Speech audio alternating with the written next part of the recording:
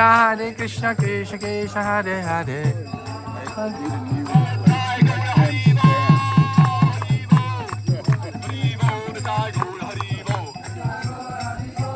Yine içeri.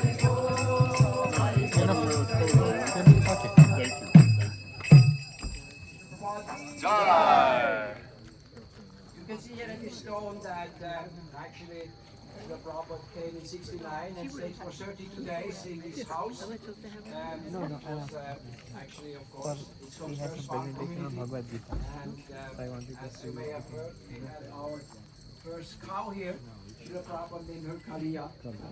So let me hand over to Kuladri because he was here and of course he will tell us a number of wonderful stories and the history of old Vrindaban.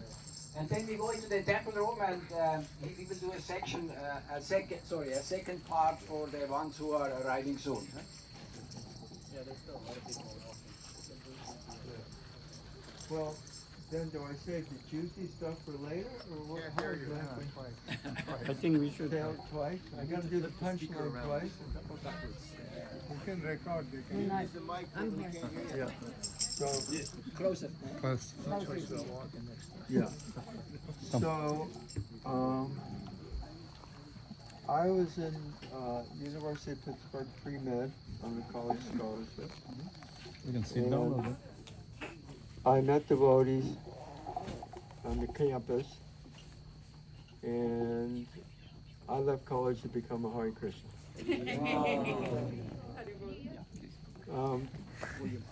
Not only that, but there was an outpost in Pittsburgh from the Vrindaban. We sit here, please. Yeah. So,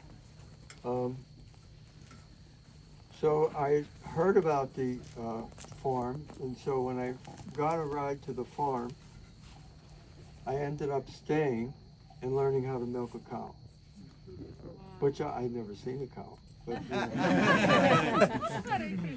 yeah, I'd never seen a cow. So I came and we walked up the road. There's a place called Vrindaban down. Many of you have seen. There's a broken down schoolhouse. That's where the actual road starts to come up. It's a 2-mile road. That's the road Prabhupada came up in 69 when he stayed here, and that's the road we used for decades. And going up and down it, we called it the Agasora Road because it consumed many a pilgrim, you know.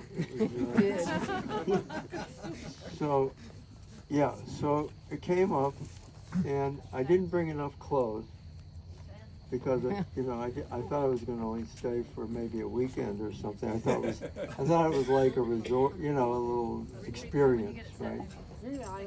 So as soon as I got here, they said they wanted to teach me how to milk a cow.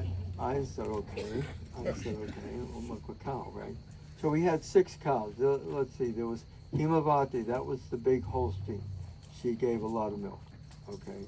Then there was Satya, Duja, Kalia, that's the one Prabhupada was walking up this part of the road. There's a point at which where you start up Vrindaban meets where this new road was. So Prabhupada was walking, and Kalia came down that very hill. And that's when Prabhupada said, oh, Kalia, she came down to greet Prabhupada. She came down the hill to greet Prabhupada, and Prabhupada said, oh, my old friend Kalia. It was an auspicious moment. So that was a little later. Prabhupada came in 69 first, then he came again in 72, 74, and 76. So I'm here, you know, I was going to college in pre-med. Now I'm in this farm and learning how to milk a cow. Learning how to milk 6 cows, actually. And along this road here, there were 4, we refer to them as shacks because they're like 8 by 8, like wooden structures. Shacks is what they were, right? So there were like 3 or 4 householders up here staying, right? And you know, there was no hot water. You had to pull out of the well, and Devakinandan was milking the cows, and so he taught me how to milk a cow. And Satya was like the most difficult cow. Satya would try to kick over the bucket. So in Krishna book, Krishna and the cowherd boys would tie their legs together. But that wasn't really, you had to learn how to block the cow, before. And then sometimes she would stick her foot in the bucket of milk.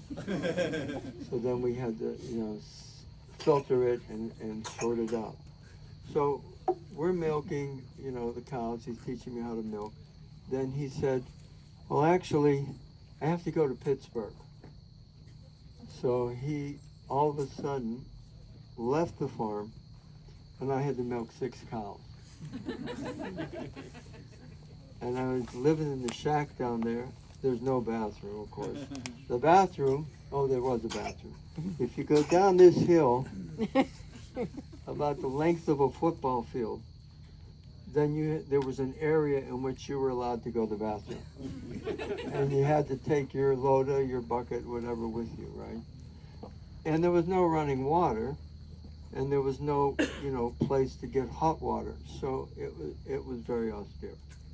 My wife Kutila came later, and she'll tell you some of the austerities she endured.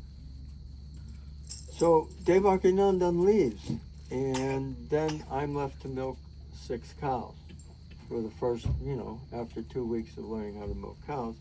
I'm also taught how to learn to string fencing for cows.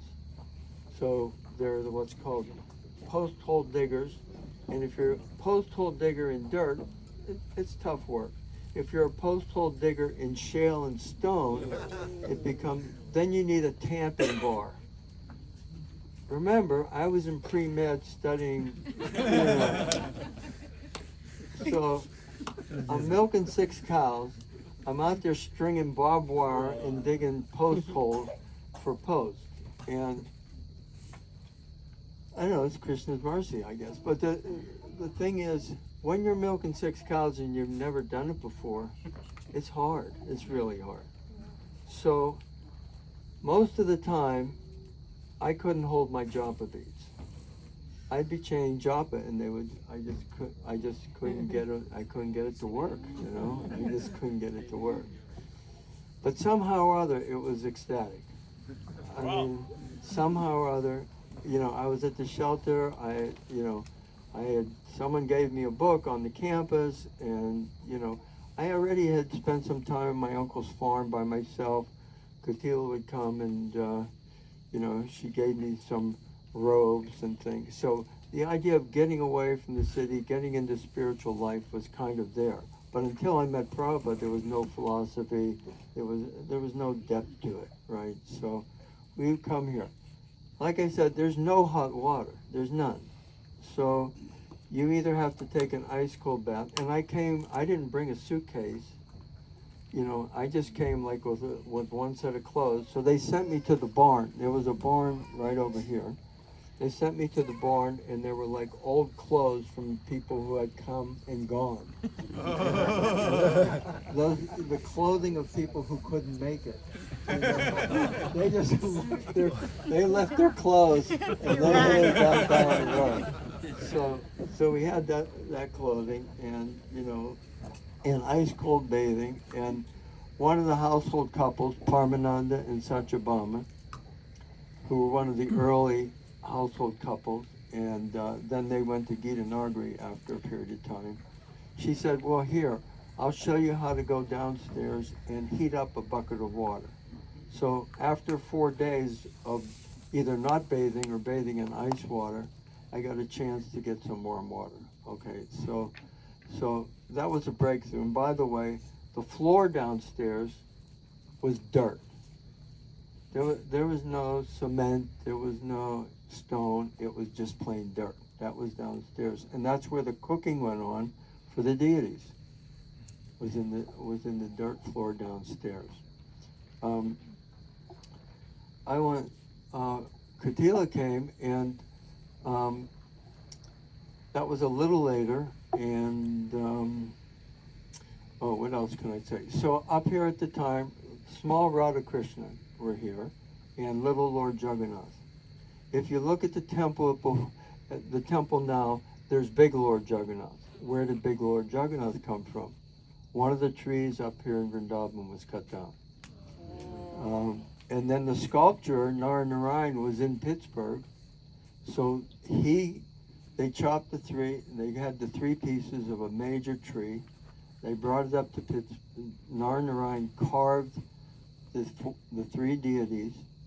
And this was before I came here.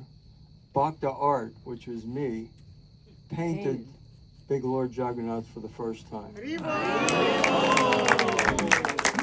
So what did I,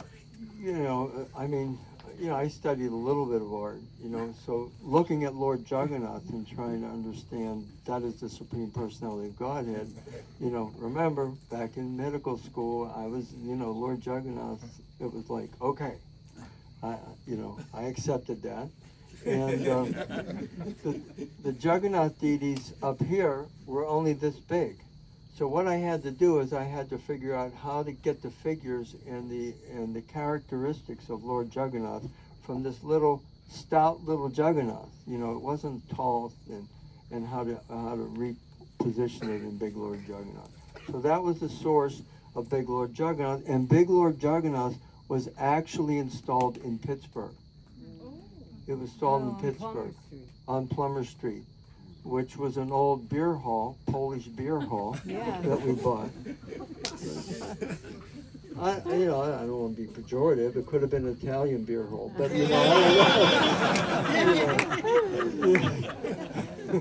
So it was a beer hall, and I had helped paint decorating, so that's how they figured. Well, he knows how to decorate, so that he must, when you're in ISKCON, if they know you know how to do something, they're going to teach you how to make you do everything. That's if they find someone that has a little bit of something, you're on the hook.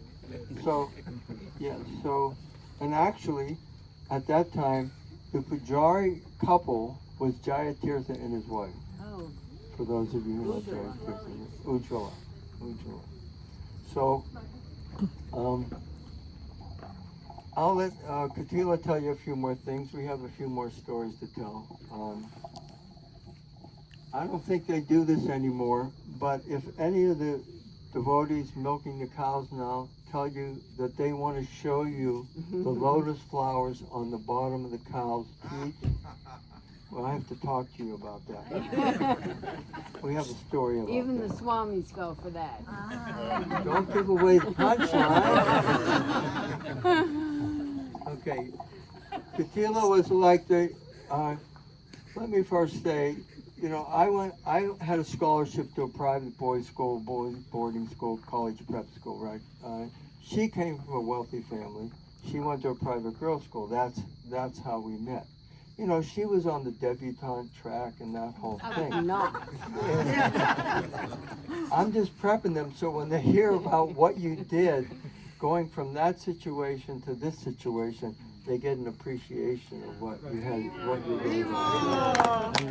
So I'll give it to her, and she can talk to you about the hand-cranked washing machine that we had up here. I don't speak usually, so this is rare. Yeah, very rare. He did, I think he saw the devotees chanting in front of Pitt. He told me to come over like 4 days later to the temple that was a small preaching center then, and I couldn't find him. He said, just come here, and it was supposed to be a Sunday feast. He was shaved up. I had never seen devotees before. I had not, and there was, I think Lord Jagannath that time, I was so covered over, I didn't even see Lord Jagannath. I ran out, it was too much for me. It was. Yeah, well, I came down the steps shaved up and in a dhoti, and I had no idea what it was. Okay, so that is what it was. But Ranadir was at that temple, and when I went out the door, he stopped me by my arm and he said, Agasura is going to get you. I had no idea what Agasura was, but it really kept in my mind. 3 or 4 months later, I was begging to come here because at that time, it was a lot of people were moving to communes, and I could really do that. Well, when I came, there were 3 couples, Adipati and Prachi, and Parmananda and Satyabhama, and Bhagawatananda and Jamini. He did a lot of building of the palace. And Harigriva and his son, because his wife was in Pittsburgh because she was having another child. So of course, I was going to take care of Samba. But it was so difficult because there was no hot water, and the child was in diapers. We didn't have very much food. We had government supplies. We had peanut butter, powdered milk, and vegetable shortening. So Harigriva would come up after he taught at the university on his horse, and then he would say, the supplies are down at the bottom of the road. So we would have to walk down, and it was, honestly, the mud was about 10 inches high. It was just, and it was rutted. We got used to it, but whenever we went, if anybody's been a long time devotee, you saw what we looked like when we came in, when Prabhupada was there. We had brown and at the bottom When of our... we would go to the Brooklyn Temple to come and see Prabhupada, when you walked into there were like a line, muddy boots and the smell of cow dung in the Brooklyn Temple when we showed up to see Prabhupada.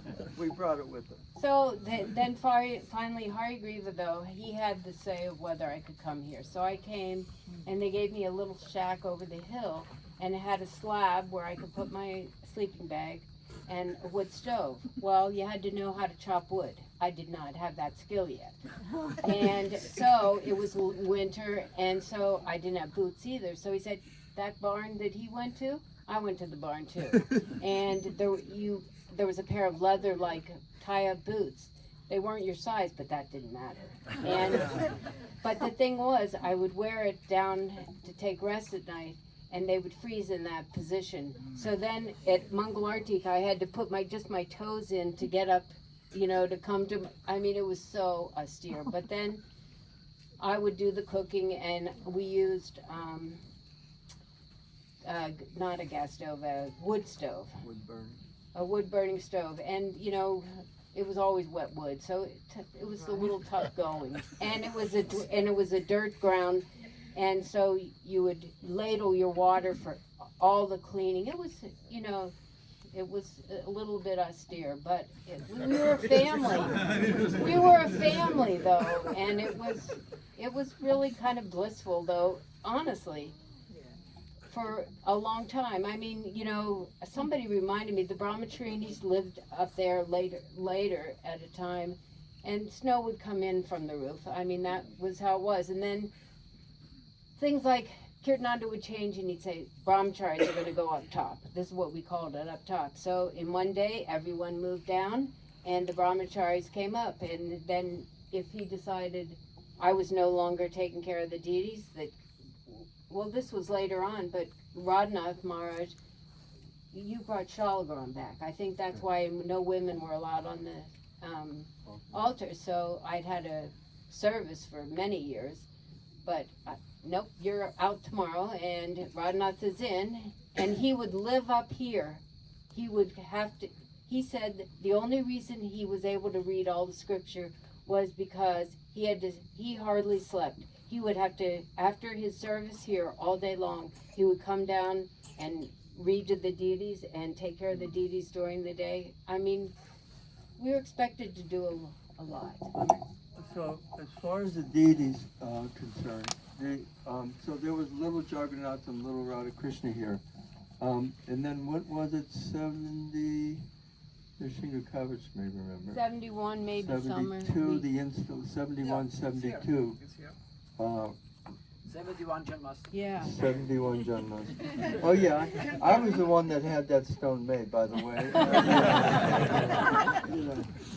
So 71, Radha Madhav and Chandra were installed up here.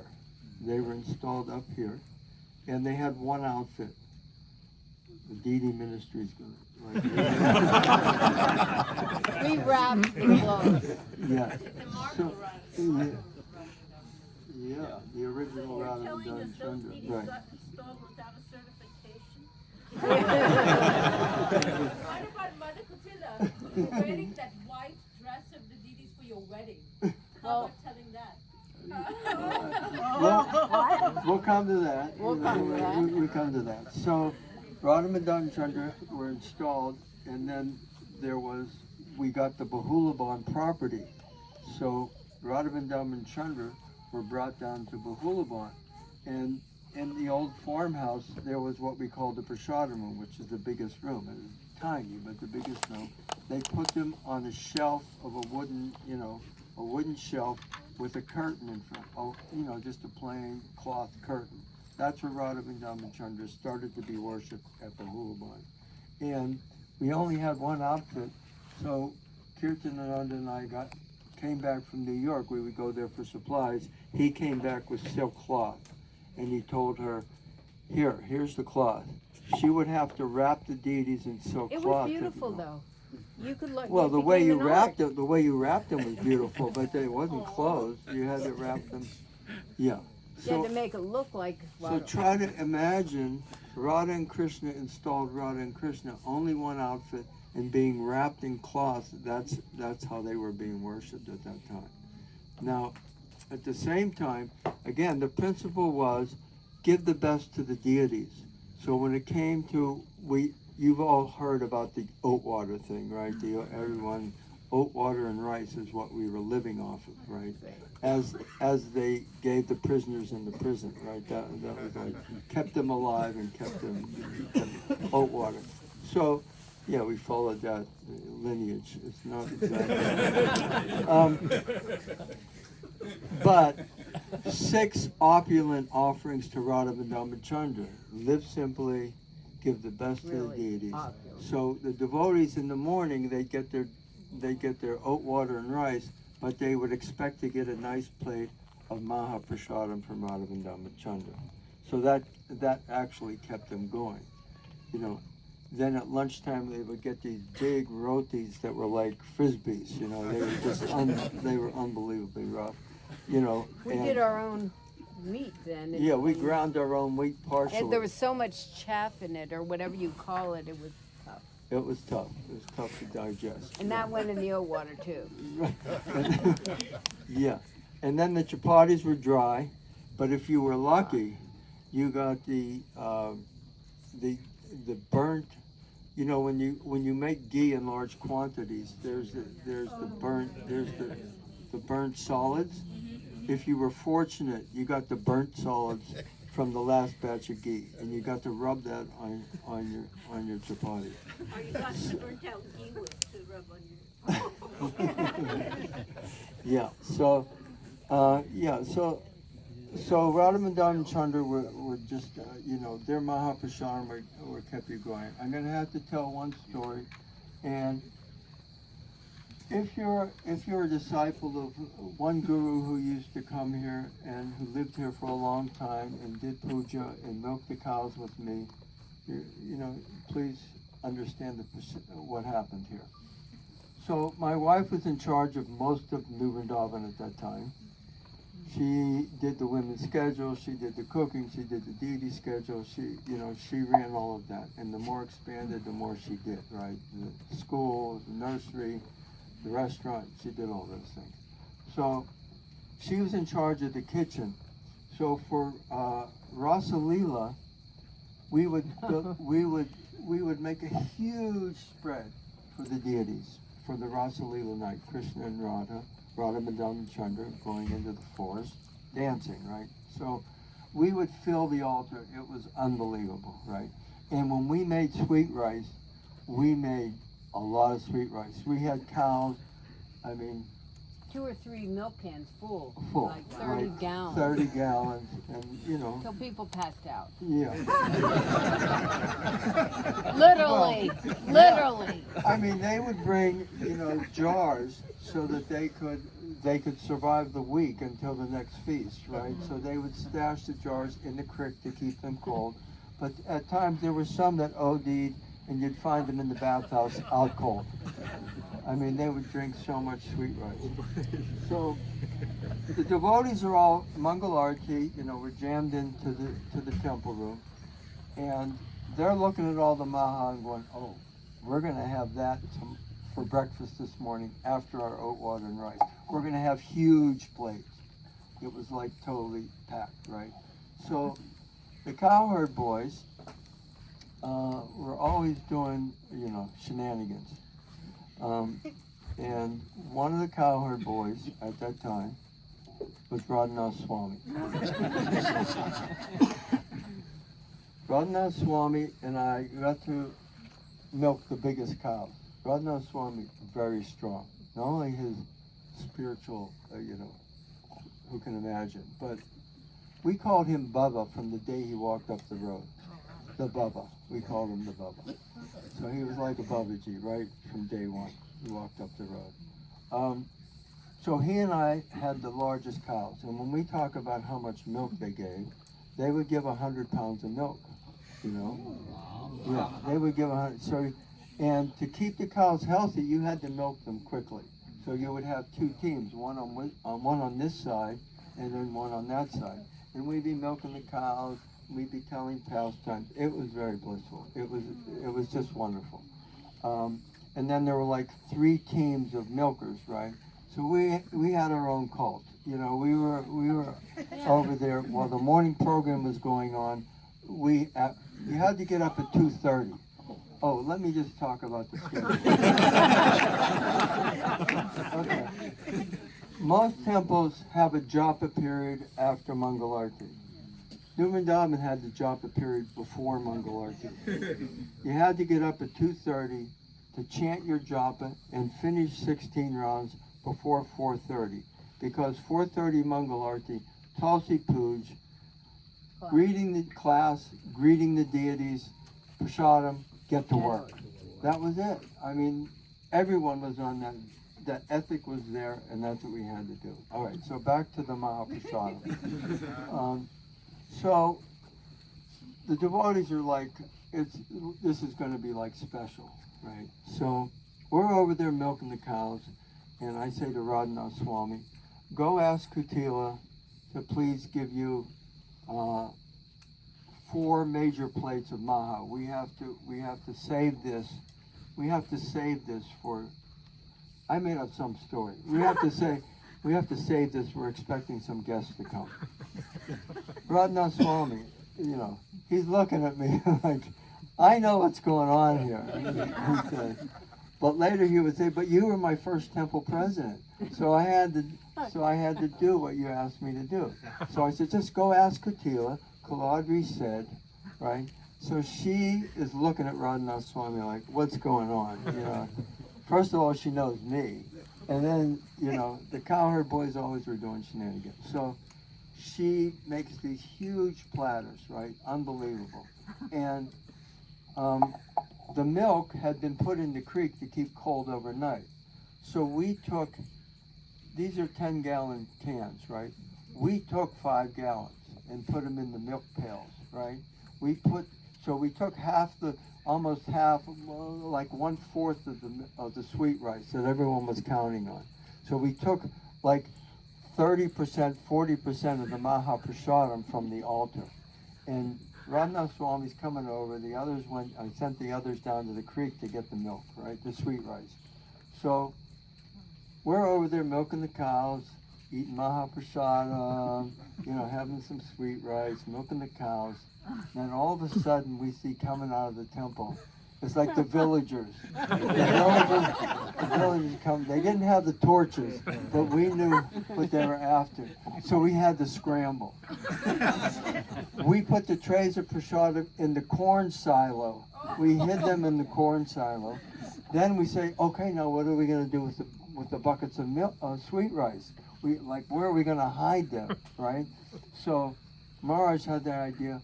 Let's put them under the cow and pretend we're milking.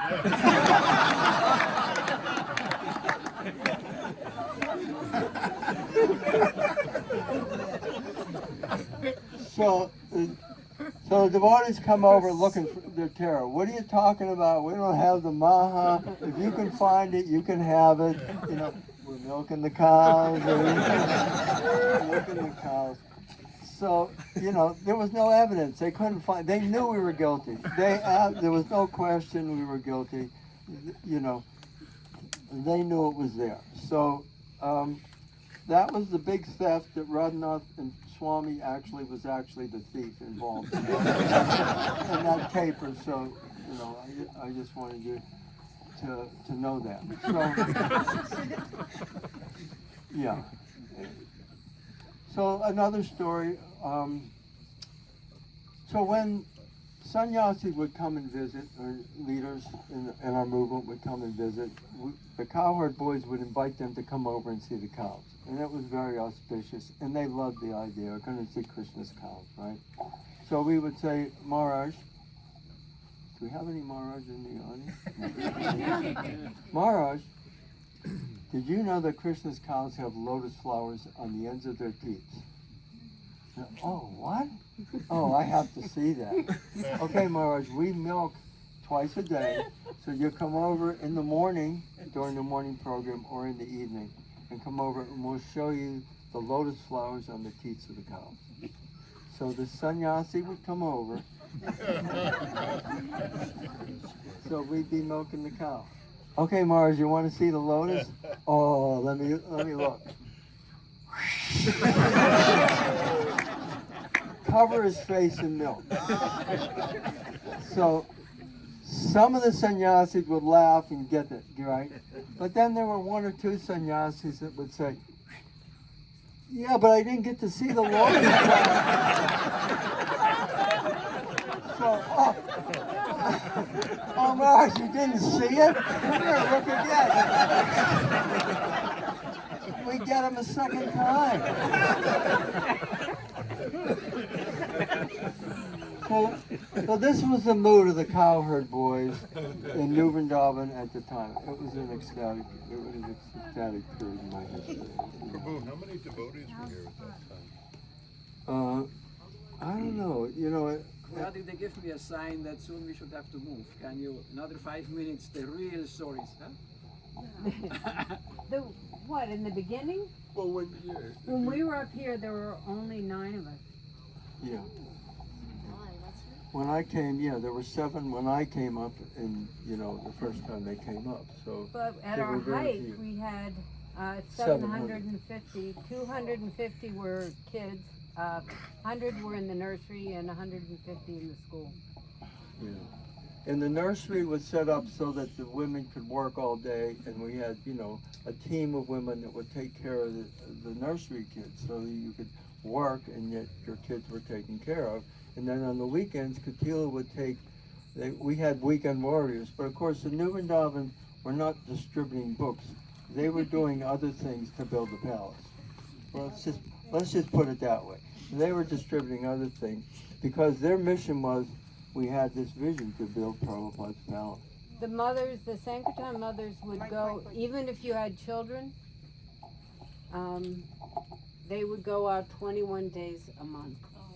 And so that meant that all the other mothers that were on the farm, you took care of their children. So for me, I had an ashram, and I took care of 7 children. And that was a very big austerity, because when their mothers would come back, they'd be gone too long, it was very sad. That was very unfortunate, but they did I remember one time on a marathon for Christmas, they came back and everyone dumped all the Lakshmi on the altar to offer it to Krishna. And all these little kids running around, finding their mothers. It was and we had a big Tulsi tree, layers and layers with Tulsi all the way around with lights in it. We built a mound, and there were Tulsi plants all the way up. The Sankirtan mothers did a huge sacrifice. Yeah. Huge. Yeah. Huge. And she did a huge sacrifice besides her own children and running the ashram and everything else, taking care of those children. They treated her like a second mother. So, and she did that every weekend. So. So,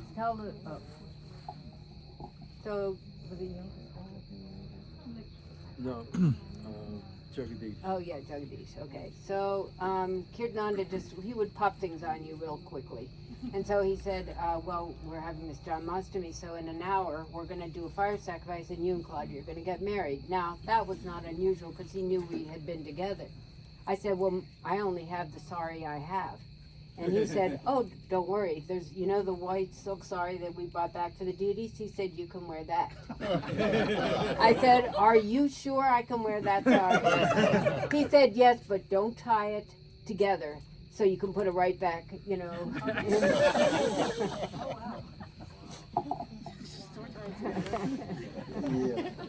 White silk. Yes. So, Is there a book with all these pastimes? yeah. So the austerities, we tried to do everything as much as possible ourselves. When we had.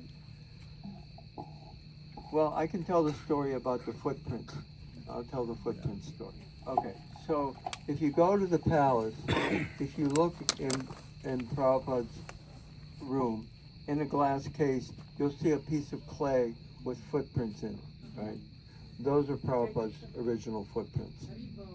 Okay, so in the beginning, we did the Guru Vastakam for Mangalarti. Later on, a little later on, we started doing Guru Puj.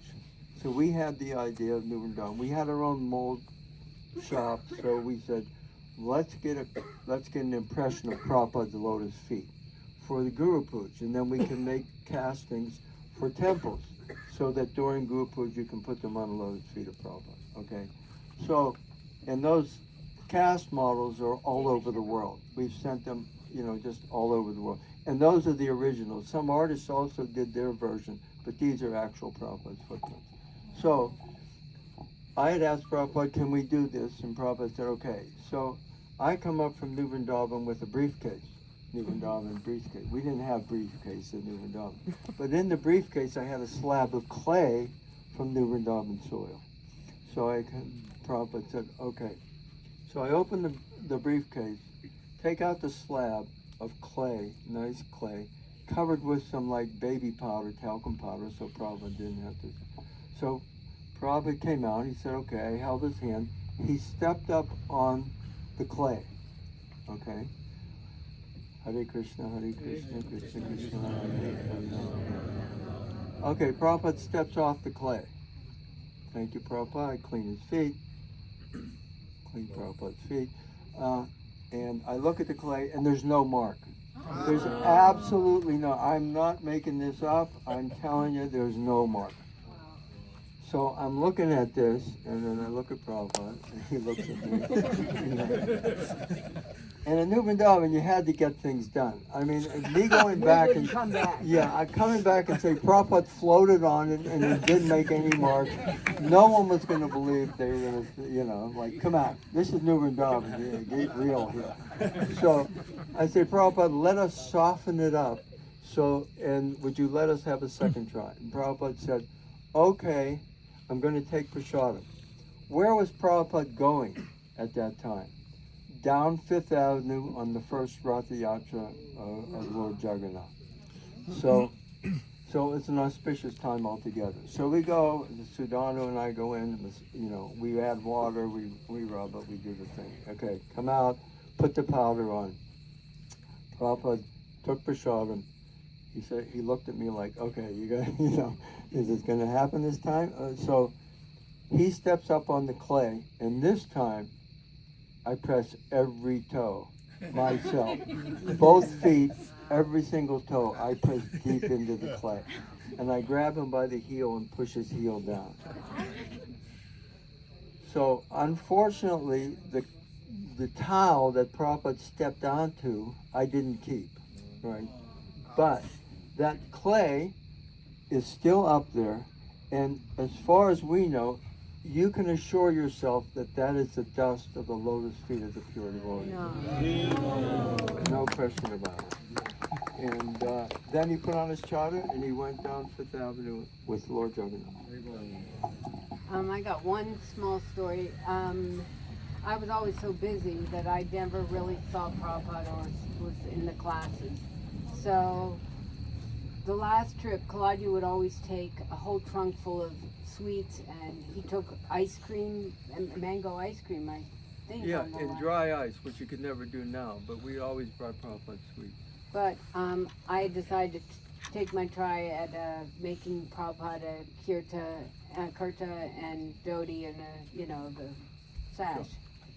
And somebody, one of my friends, embroidered a swan on it, and we sent it to Prabhupada. And a year later, Tamal Krishna Mars came to New Vrindaban. He said, he started to talk about the Prabhupada Murti. Prabhupada had passed. Oh yes, Prabhupada had Prabhupada. passed. Now there's a story about us, what we did with Prabhupada towards the end, which I can talk about, but she's going to... And then he said, Prabhupada wore your clothes in the samadhi. So I got the mercy. So the point is, she never got to sit in. She was always doing all these things, and then she gets the outfit that Prabhupada's eternally wearing in his samadhi.